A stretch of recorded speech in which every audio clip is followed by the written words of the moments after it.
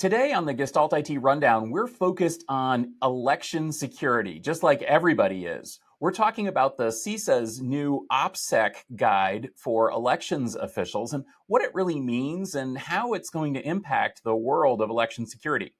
We're also covering a few other interesting tidbits, including Japan saying goodbye to floppy disks forever, NetApp's new focus on AI and data resilience, Broadcom's launch of the VMware Omnissa assets, billions and billions and billions of passwords published on the dark web, our good friend Douglas Gourlay heading over to Qumulo to become CEO, and finally, Cloudflare's automatic shielding of users from data harvesting AI bots.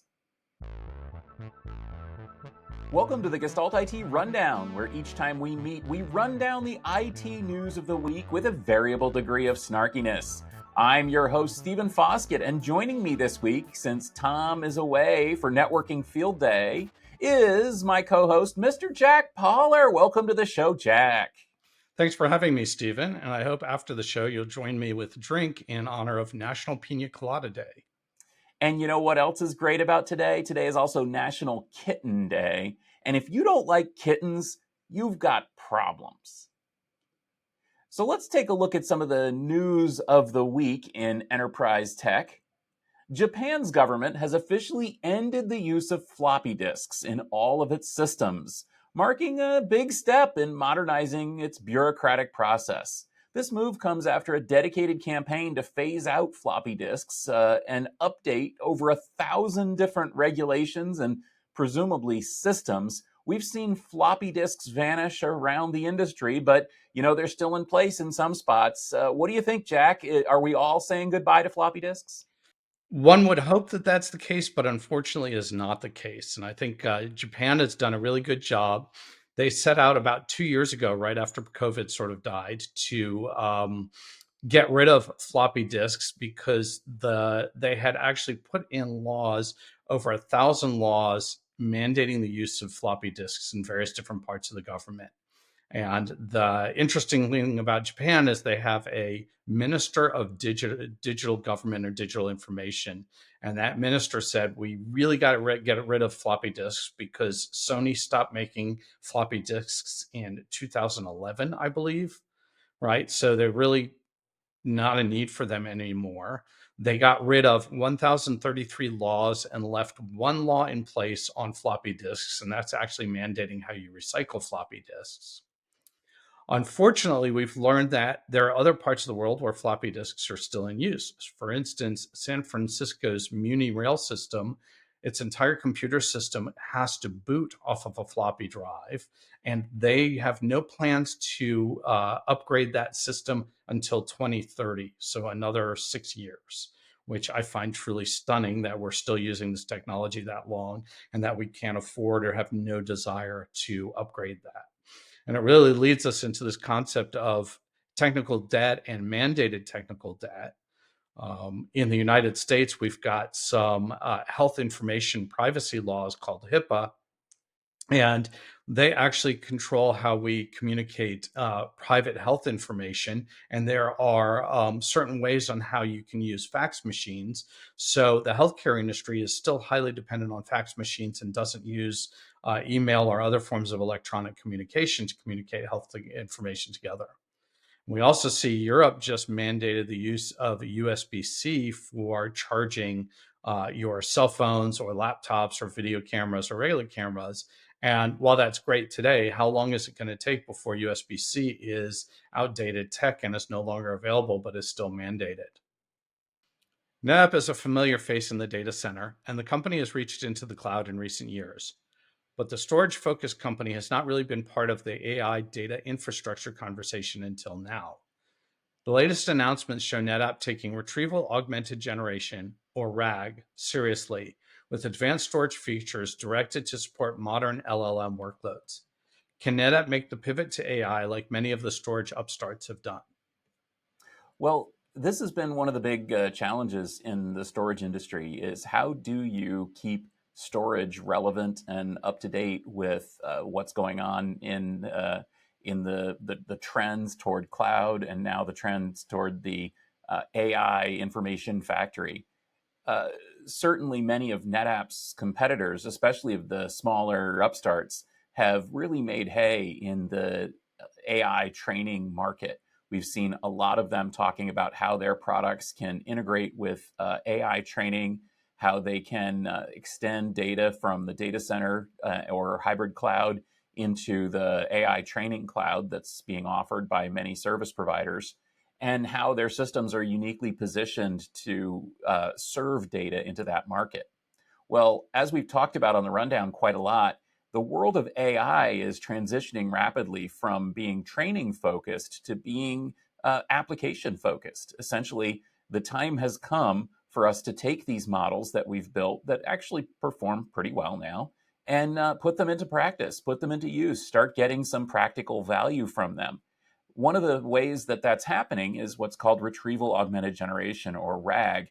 Now, what this means is essentially you're giving your LLM a programmatic interface to a data set.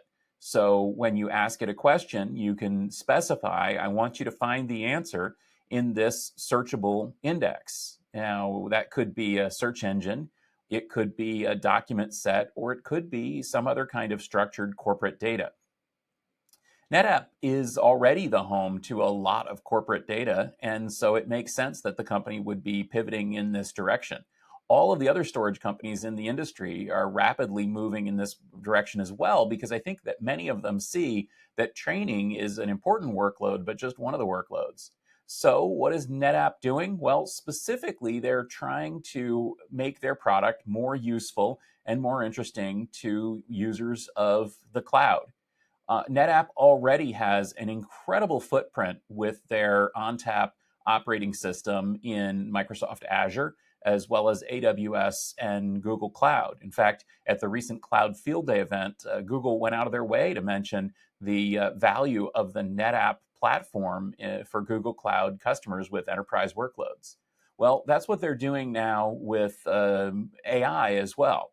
So NetApp announced their Blue XP service previously. Now they're talking about including capabilities for databases, for VMware, for Gen AI, and storage integration in AWS. They're talking about advanced ransomware and protection, especially in Azure. And they're talking about putting an AI toolkit together, a Gen AI toolkit that is now GA, to connect with Vertex AI in Google Cloud, so that you can use the Gen AI toolkit there or in Azure or other places to build Gen AI applications on a NetApp blueprint. They've also got reference architectures for using FSX for ONTAP on AWS Bedrock, for example. There's a lot of different things in this announcement from a technical standpoint, but the through line is that NetApp is trying to position what they've already got, which is essentially the industry's leading enterprise storage platform, and what they've already got in terms of being the storage platform of choice in the cloud for enterprises, and bring that into the AI world. Now, what I didn't hear a lot of is how exactly the data from those systems are going to be integrated with data platforms with AI applications, et cetera. So certainly they did talk about RAG, but I didn't hear any specific metadata or vector search or anything like that from them. Maybe I missed it, or maybe that's something else that NetApp is working on now. We're definitely going to be keeping an eye on that. Broadcom has sold its end user computing division to KKR for $4 billion, forming a new company called Omnissa as a standalone company focused on digital workspace solutions like Workspace ONE and Horizon. This move marks Broadcom's strategic shift toward concentrating the private cloud sector and shedding non-core assets. Omnissa aims to innovate and expand in this market under KKR's ownership, emphasizing customer-centric strategies and product development. Let's bring Keith Townsend, the CTO advisor for the Futurum Group, into the show for his opinion on the launch of Omnissa using this VMware IP. Hey, thanks, guys. This is something that we kind of expected, right? Broadcom signaled that they were going to, more than signal, they just outright said they were going to divest non-core business units.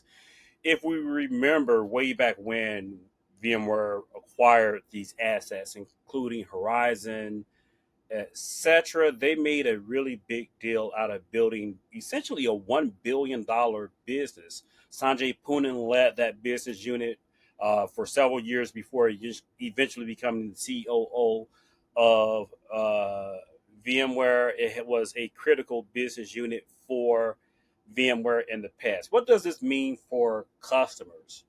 From a technology perspective, I'm personally curious as how Omnissa is going to handle the transition from a technology perspective. All of these technologies VMware had wrapped around vSphere, specifically the end user management stuff. The mobile device management, they started to consolidate the portal. They're now calling that UEM. Uh, and as administrators and architects, we have to start thinking through if we are going to divest from VMware or look at other options, is Omnissa going to be an option for us when it comes to our virtual desktops, end user compute in general?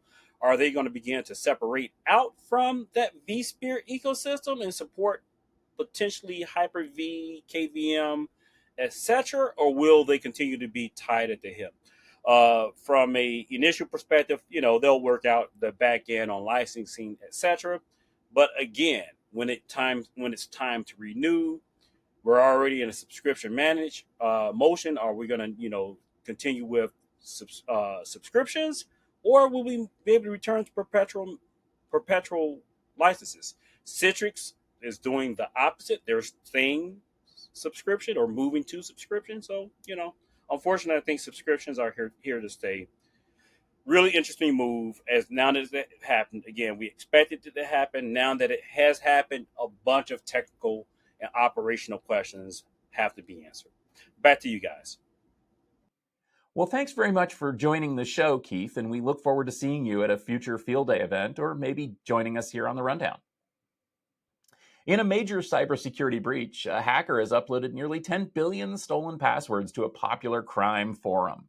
Dubbed RockU 2024, this massive compilation of plain text passwords spans data breaches from the last 2 decades, posing significant risks for credential stuffing and brute force attacks. If you know what the passwords look like, well, then you can try those passwords and see if they work. Jack, should we still be reusing passwords?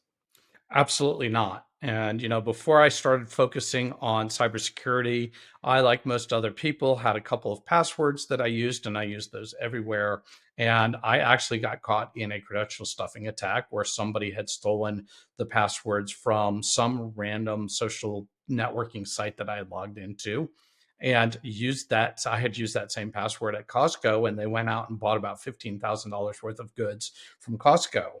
And so I had to spend some time with both Costco and with my credit card provider, sort of dealing with all that. So, password reuse and credential stuffing attacks are a really big problem. Now, the passwords here come from about 2 decades worth of breaches and are a collection of many different breaches over time. But this latest collection sort of adds 1.5 billion passwords to some other existing collections. So now we have in one spot almost 10 billion passwords. So this is getting a lot of press. And a lot of people are now starting to pay attention to it and understanding sort of the risks of password reuse, because you will see the number of credential stuffing attacks go up. So I sort of look at this from both a personal level and sort of the business level. On a personal level, one of the things we have to do is stop reusing passwords. And the best and easiest way to do that is to use a password manager. There are about 10 or 15 available, including those built into Google Chrome or Microsoft's Edge or Apple's web browser that you can use. And that allows you to not have to remember passwords. So you can use a unique password for every site. And you can also use long and complicated passwords. that are harder for people to guess or to brute force attack. The other thing you can do is when sites start offering to use multi-factor authentication or passwordless authentication, select those options because those drastically increase your security and prevent you from getting attacked. On a corporate level, I want organizations to really start thinking about making multi-factor authentication or passwordless authentication mandatory. At this late date, the technology is extremely solid, and it is very important to make it mandatory, not optional, so that all of your accounts and credentials are protected, and this will prevent credential stuffing attacks. About 2 years ago, I talked to the CISO of a consumer financial application, and they had 50 million users. And when they enabled two-factor authentication, they saw the number of attacks drop 98% in 2 weeks. So it really can increase your security and reduce your risk. Qumulo is a quiet success in the storage world, growing to unicorn status with a scale-out distributed storage platform that has found success in hybrid cloud and for AI workloads. Douglas Gourlay was an Arista Networks employee, helping lead the network upstart to become a real challenger. The storage company hopes that Gourlay can challenge the industry with new leadership and ideas. You knew Douglas Gourlay, Arista, and Qumulo from Tech Field Day, Stephen. So what's your take? We don't usually cover executive changes on the rundown because a lot of the time they're not all that interesting to our audience. But this time I think it might be. So let's take a look at what this means. First off, who is this guy? Well, Douglas Gourlay wasn't just an Arista employee. He was one of the people who drove the vision and strategy for Arista. In fact, many of the things that you think make Arista special were things that Doug either led or seized upon from the other incredible people that they put together at that company. So although if you go to the Best of Tech Field Day video series, you'll see people like Andy Bechtelsheim and Ken Duda representing Arista incredibly in videos. Doug was behind the scenes for a lot of that Tech Field Day stuff. And frankly, behind the scenes for a lot of the development of some of the company's smarter moves. Now, I've known him for a very long time, as you can guess, and it was wonderful to be able to get a little bit of a heads up of this move from him. We've also seen Qumulo many times in the past. In fact, they presented at Storage Field Day a few times in 2015 and 2020. And Qumulo is a company, as you say, that has quietly grown to take quite an interesting position in the market. Essentially, Qumulo has a storage platform that runs anywhere and does the kind of things that you wish a storage platform would do, but spoiler alert, most of them don't. Most storage is actually fairly difficult to integrate at scale. Most storage is fairly difficult to scale.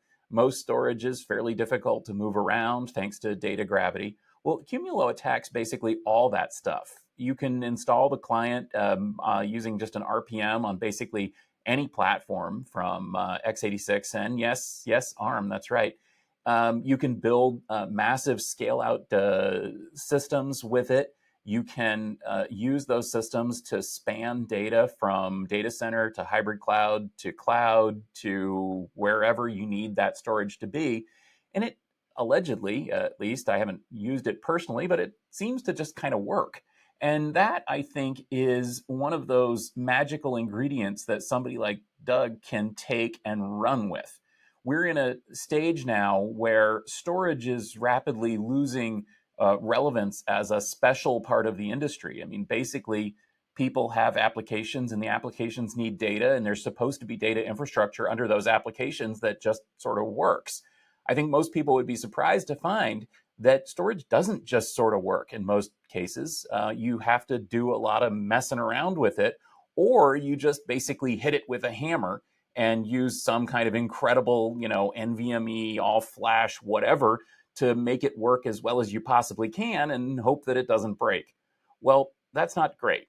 So instead, using a data platform, a modern advanced data platform like Qumulo or one of their competitors, you can build out a modern storage infrastructure that does work. So I am actually really excited to see what happens here because, as I said, we've got a strong software foundation for storage that we has really been impressed by at Field Day. We've got a new breath of fresh air on the executive side running it from somebody who really has the ability to see the opportunity from this technology and apply that to customer needs. And basically, we've got a company that's already grown to unicorn status. So it's not like they're going to collapse any minute or something like that. They've got good investors. I think this is good news all around, not just for Qumulo, but for the whole industry. Cloudflare has introduced a new tool designed to combat the increasing challenge of AI bots scraping websites for data to train AI models. This initiative aims to prevent unauthorized data harvesting while ensuring that AI companies adhere to web scraping rules. This is a story that I have personally been following very closely because it's been infuriating that many of these AI bots haven't followed robots.txt and things like that. Jack, I know you're following this too. What do you think of this? Well, let's first make sure we talk about the big problem, which is these big models, the LLMs like ChatGPT and all of this type of stuff, they are trained on billions and billions of pieces of content, separate pieces of content. And the only way they can be trained is to build up this corpus of data. The vendors have to collect that data by scraping it off the internet. Now, since the start of the web era, we have basically said that anything that was published, you can read on a website. And then there was a file, as you mentioned, called robots.txt that gave instructions to robots or tools that went and scraped websites that basically provided the rules of how you could use the data that you're accessing. Unfortunately, in their zeal to train these large models, the AI model builders have ignored robots.txt completely. And in fact, Microsoft's AI CEO, Mustafa Suleyman, basically said that anything is fair game. In fact, he said, quote, anyone can copy it, recreate with it, reproduce with it. That has been freeware if you like. That's been the understanding. So he's basically said, if you publish it and you don't protect it with gated login content, it's mine and I'll use it however you want. And that's not sort of the moral social contract we've been living under until this point. So that's really the big problem, is people are now concerned that their own intellectual property that they've created, whether it's the written word or images or photos or videos or what have you, that's going to be sucked into this giant LLM AI engine thingy and then spit back out as somebody else's work. So there's a big concern about that. And what Cloudflare has done is they've introduced a tool that will detect when it's an AI engine scraping your website and try to prevent that for Cloudflare's customers. The irony here is that in order for Cloudflare to do this, they developed an AI engine by looking at their customers' websites and traffic to do so. But I think this is a very good first attempt at really trying to rebalance and re-level the playing field between content creators and the AI engines who are using that content without compensation and without respect to copyrights or any other content protection, and just using that content willy-nilly. It also hints, though, at a future problem, which is that we now have a lot of AI-generated data on the publicly available net that is being scraped by AI engines to use as training data. So now the AI engines are training on their own output, which somehow I don't think is going to work well in the long run. Now let's take a closer look at a story that's important not just in the IT world, but for the world in general. The Cybersecurity and Infrastructure Agency, or CISA, for the United States, has just released a comprehensive guide to bolster operational security, what we in the biz call OPSEC, for elections officials. This guide aims to enhance the security of election infrastructure by offering detailed strategies for identifying and mitigating potential risks within the election context. Now, no matter where you are on the political spectrum and where you live in the world, I'm sure that you have heard about election-related risks. This is a very, very common topic that people are talking about everywhere. And it's one of the things I think that people are genuinely very concerned about. I think there's a lot of concern in this day and age when people constantly hear about how the computers are down, or somebody hacked my Facebook account, or hackers this, ransomware that. I think a lot of them are genuinely, honestly, earnestly worried that someone could do something that would upset the election. Now, it's really great that the United States has a government agency that's specifically focused on countering nation-state attackers. It's really great that this agency, from at least my perspective, is staffed by incredible people who are dedicated to doing this job. What does this say, Jack? Let's start with that. What are they recommending in the guide that we would use to combat election risks? Well, I think the first thing that's good is the guide covers both sort of the technical and the non-technical. And it's really a high-level guide. It's only 6 pages, but it's really looking at the steps you would take about information security in general, understanding what is your critical information, what's your sensitive information, knowing where it is, looking at ways to protect it by understanding what the attacker's viewpoint is going to be. How is somebody going to use this information in a way that they shouldn't? How are they going to access it, use it, publish it? What are the threat models involved? And then how do you protect against those threat models? And how do you put in place programs and training to protect your system? And like I said, this applies not only to election security, but to anything involving information, and it's information security. And operational security is how do you run your operations? So we're talking also about how do election officials think about the election process and how do they manage that? From a technical perspective, I think, you talked a little bit about the fear people have, and it's really a fear of the unknown. Right now, particularly in the US, that the election systems are run primarily through electronic devices, and it's a closed environment. It's not publicly available what the systems are, how secure they are. There's very little information available. So there's a lot of fear of the unknown, and fear that, well, if they can hack my Facebook account, they can hack the election system, as you mentioned. So I think the first step that CISA has taken is to start talking about this publicly and saying we are thinking about these issues, and we are publishing and instructing election officials on how to think about it and how to manage the security of the election system. So looking at the guide, one of the things that jumps out at me as a watcher of technology and also a watcher of politics is how non-political this guide is. Now, you might remember that the first director of CISA was that Chris Krebs, not Brian Krebs. They're not related. They have the same name. They're both in security. But anyway, yeah, Chris Krebs, he got fired because he added information to the CISA's website, counteracting myths about election interference that rubbed some politicians the wrong way. And so from the same agency that saw the head get fired for getting involved in a, let's say, political firestorm, we have a completely apolitical and frankly non-controversial guide to OPSEC. The principles that are spelled out here are the same principles, as you said, Jack, the same principles that a OPSEC consultant would give an enterprise tech company. They would basically say, here's what you need to do to protect yourself. You need to think about people, operations. You need to think about cybersecurity, about physical security. And you need to dive in to, and this is the important point in my point, you have to dive into what is realistic and what is really likely to be attacked, not what, the greatest worries or the fear-mongering is. So instead of thinking about what could theoretically go wrong that would push something in one way or another, you have to think about what is an adversary really going to do. And there are real risks here. And I think that that's the thing that we all have to be cognizant of.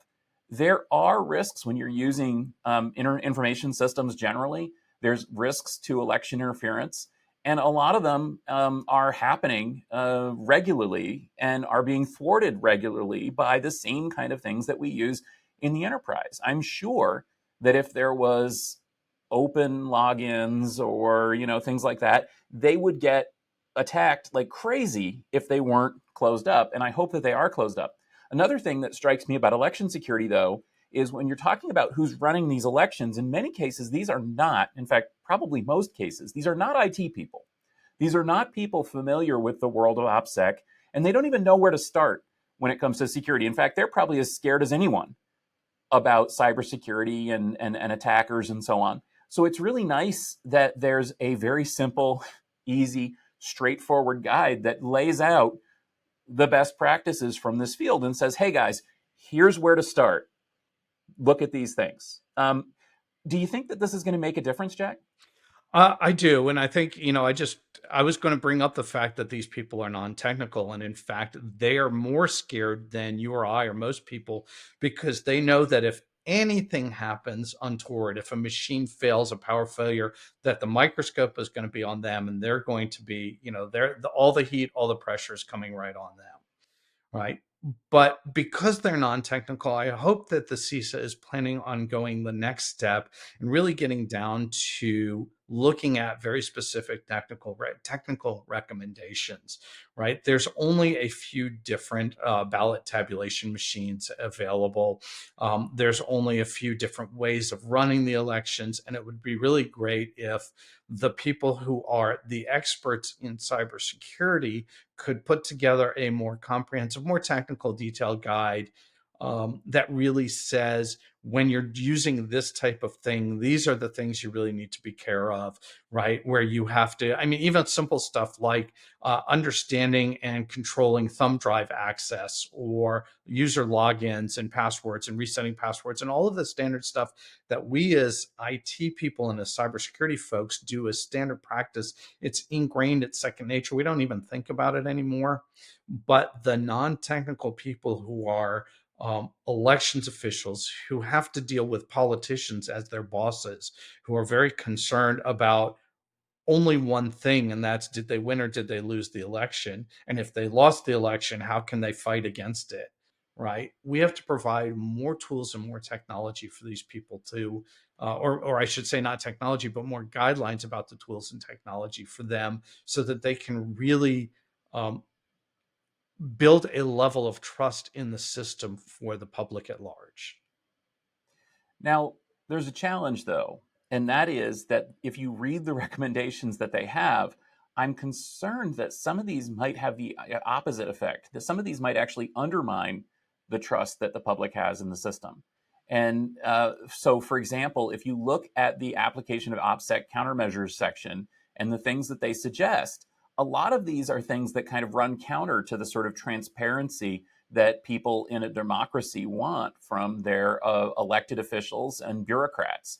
Essentially, things like, don't talk about your job, don't let people know that you're monitoring elections, don't, lock down your social media accounts. Don't you have a bumper sticker that says where you work? Watch out for talking about things in public. I think a lot of people might feel that these sorts of recommendations are kind of acting counter to the way that they want government to be. But that being said, I'm just going to come out right here and now. Bureaucracy can help in security. Essentially, having a whole bunch of people whose job is big and boring and designed to kind of move the monster forward actually does help resist some of the challenges of information security. Because, as you know, a lot of these hacks and so on are based on people not doing things that they really ought to have done. If you look in the enterprise, it's people who didn't change their password, or took home a device that they weren't supposed to have, or whatever. Well, a lot of that can be mitigated through bureaucracy. Basically, if you've got to sign forms and get permissions and go through all this rigmarole to do things, well, then maybe you're not going to do those things, and you're not going to put this stuff at risk. So it strikes me that on the one hand, we have recommendations that seem, well, a little deep state. And on the other hand, that may be exactly what we need in order to keep these things from happening. But of course, it's all in people's minds too. I don't know, Jack, do you want one last thought on this? Is this really going to happen? And what would be the result of all this? I think it is. When you say, is it really going to happen? I think, is security going to happen? And the answer is yes. There's enough focus on it today and enough concerns about it that we really are going to have a much more secure environment than we've ever had in the past. To me, the actual challenge isn't so much what we would actually call security through obscurity, which is really part of operational security.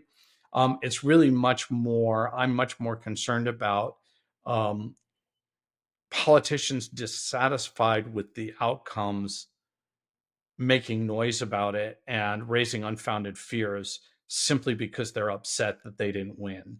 And that's not a either that's an either side of the political spectrum or all sides of the political spectrum issue, and it has to do with just people who are, they are emotionally invested in this, and their entire persona and lives are invested in and millions and millions of dollars, of course, invested in winning. And when they don't win, they look at any possible way that they can, particularly in close elections, where they can flip the results and win in the end. And that's, I think, probably our biggest risk today. Yeah, and ultimately, there may be no protecting ourselves from crybabies, except to know that it's going to happen. And ultimately, we've got to, we got to stick to our guns and stick to our process. Really, that's sticking to the process is the best possible way to make sure that we get the outcome we need. Build a good process, stick to it. Yep. So thanks so much for joining us, Jack. It's been great having you at our field day events, and I really appreciate you bringing your perspective here to the rundown as well. Thanks so much for giving us your time today. Before we go, let's take a look at some of the other things that are going on this week. As I mentioned, Tom Hollingsworth is at Networking Field Day right now.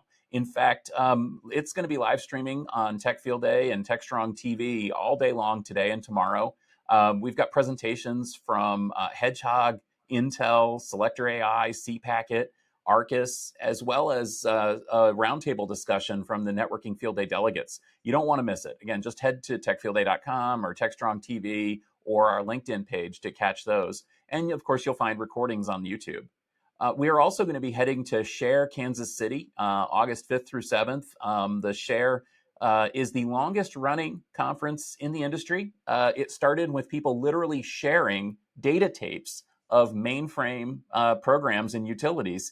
And now it is a great opportunity for people in that world to get on board with AI and DevOps. And we're actually bringing some AI and DevOps type people from the Tech Field Day community to Share this year. It's going to be really, really cool. We already have a sponsor lined up, a pop-up mainframe. They're going to talk about how you can use basically mainframe as a service. It's going to be super cool. We're also headed out to another AI field day, as well as an AI data infrastructure field day later in the year. So keep an eye out for that as we announce some of the sponsors there. These look like they're going to be absolutely huge events with big name sponsors that are going to be presenting big, long sessions, deep dives into building AI systems in the enterprise. AI is getting real, as we talk about here on the rundown. You'll see a lot of that at AI Field Day and AI Data Infrastructure Field Day. We're also going to be back with Edge Field Day, with Security Field Day, Cloud Field Day, and yes, we're going to announce Networking Field Day next tomorrow afternoon. So keep an eye on the Networking Field Day live stream to hear about when the next Networking Field Day is coming back. Thanks so much for watching the Gestalt IT Rundown this week and every week. You can catch new episodes every Wednesday as a YouTube video or in your favorite podcast application. Or you can tune in for rundown streaming on TechStrong TV and the TechStrong media portals. You can often catch us on other TechStrong and Futurum Group programs as well. You'll see me most Tuesdays on the TechStrong Gang. And of course, you'll find the rest of the Gestalt IT podcasts if you look for Utilizing Tech and the Tech Field Day podcast itself. We'll be back next Wednesday to talk about all of the IT news of the week. But until then, for myself, for Tom Hollingsworth, and of course, for our good friend Jack Poller for joining us, here's wishing you and yours a perfect National Kitten Day.